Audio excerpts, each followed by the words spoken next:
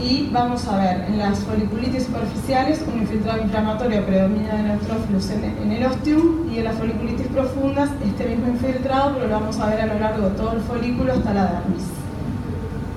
Tenemos el infiltrado denso, el folículo centrado en el folículo piloso, células linfocitarias. Y con respecto al tratamiento, las foliculitis superficiales responden bien a antibióticos tópicos o orales. Se aconseja realizar el cultivo bacteriano antes de si vamos a elegir una terapia sistémica. Y en la foliculitis profunda, por lo general sí requieren tratamiento sistémico, y en los casos más de abscesos o de forúnculos puede ser necesaria la incisión y el drenaje. Las foliculitis refractarias o profundas se indican tratamientos para que cubran gérmenes gram positivos con antibióticos sistémicos. Esto ya lo conocemos. Los antibióticos tópicos más usados son la mupirocina, el ácido fursídico, la reclapamulina, 1 o 2 veces al día. Y en estos, las de origen viral pasar rápidamente porque también ya son más conocidas y además inician como vesículas. A veces cuando llegan a nosotros llegan más en etapa de pústula, pero en realidad inician como vesículas, ¿no? Rápidamente, varicela zoster, tiene un prodromo de 1 a 2 días, con fiebre, malestar general, se inicia con una erupción escarlatiniforme, un eritema morbiliforme, que habitualmente lo vemos con los 3 estadios de pústulas, de lo que se conoce como la imagen de gotas de rocío sobre pétalos de rosa.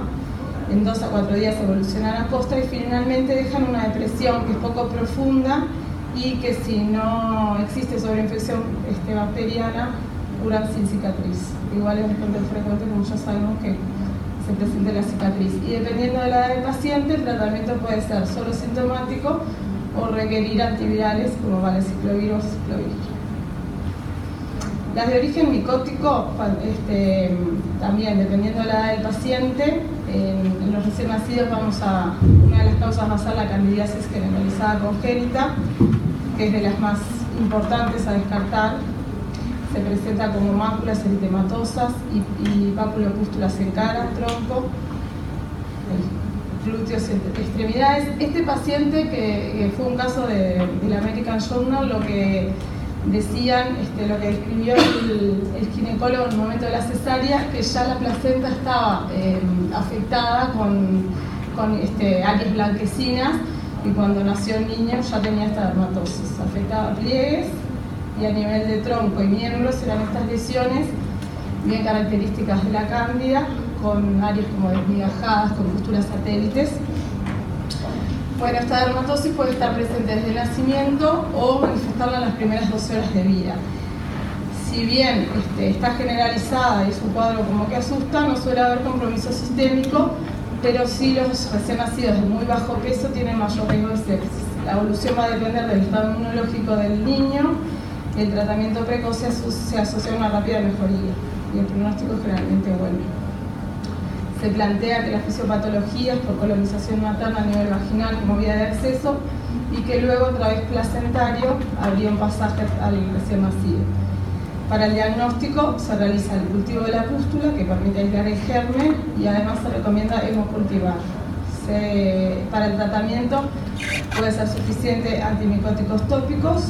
Los recién nacidos de bajo peso, como ya dijimos, que son de más riesgo, deben tratarse de forma sistémica, y las opciones terapéuticas son estatina, traconazol, cotrimazol, son todas opciones efectivas, y la anfotericina, que si bien puede usarse, hay que monitorizarla por el riesgo de nefrotoxicidad, anemia y trombocitopenia. Después, dentro de las micóticas también, pero más localizadas, está la pustulosis cefálica benigna, que es un cuadro que se localiza en cara o en cabeza. Son múltiples pústulas sobre una base eritematosa, aparecen entre los 5 a 3 semanas de vida. No se ve muy bien la foto, pero es más a nivel nasal y perinasal. Está producida por malacesia, y el citodiagnóstico de SANG es lo que nos va a permitir arribar al diagnóstico. Generalmente tampoco se hace porque el diagnóstico es más clínico. sí es autoinvolutiva, por lo tanto puede no requerir tratamiento, pero en casos o de la ansiedad de la madre o que para acelerar un poquito la evolución se puede indicar ketoconazol al 2%, 2 veces al día de 7 a 10 días. Las dermatosis pulosas infecciosas de origen parasitario, tenemos generalizada la escabiosis, que en los lactantes es en los que vamos a poder ver las pústulas, que no son tan habituales en los adultos. Y bueno, como ya sabemos, paso rápidamente,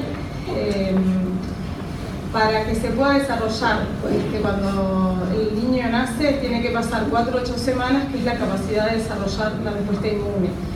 Son pústulas y pápulas en espacios interdigitales, áreas flexurales, línea del pantalón, que son genitales y glúteos. En los lactantes la distribución es más diseminada y puede afectar palmas, plantas, cuero cabelludo y cara.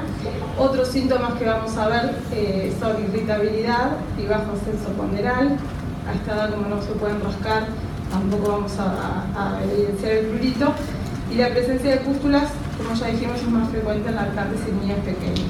No vamos a ver tanto como se ve en el adulto los trayectos lineales y los surcos. El diagnóstico es básicamente clínico, con la presencia de prurito, la distribución de las lesiones y el antecedente epidemiológico del madre o padre o la persona que está a cargo del niño. Si realizamos el raspado de las lesiones, podemos ver los huevos, las larvas o los restos parasitarios. Con respecto al tratamiento, de elecciones la permetrina al 5%, la vaselina sufrada al 6% en menores de 3 meses, igual la permetrina también se puede usar. Se aplica en todo el cuerpo, se deja actuar 6 horas y se puede reaplicar en 1 o 2 semanas, dado que se metaboliza rápidamente y que su absorción sistémica es mínima, es un tratamiento seguro. El lindano no, porque es potencialmente neurotóxico, lo deberíamos tratar de evitar. Y sí va a ser fundamental, como ya sabemos, el tratamiento de la ropa, de las sábanas, porque el ácaro, el Sarcoptes, resiste a altas temperaturas. Y el tratamiento de todo el grupo familiar con ivermectina. Bueno, y para ir concluyendo, la presencia de pústulas, como ya dijimos, no de por sí implica la presencia de un proceso infeccioso, pero sí es de lo más importante descartar ante la presencia de pústulas. Las dermatosis pustulosas infecciosas generalizadas constituyen una emergencia médica y requieren tratamiento sistémico precoz, y en los pacientes inmunodeprimidos pueden representar un desafío diagnóstico y terapéutico. Muchas gracias.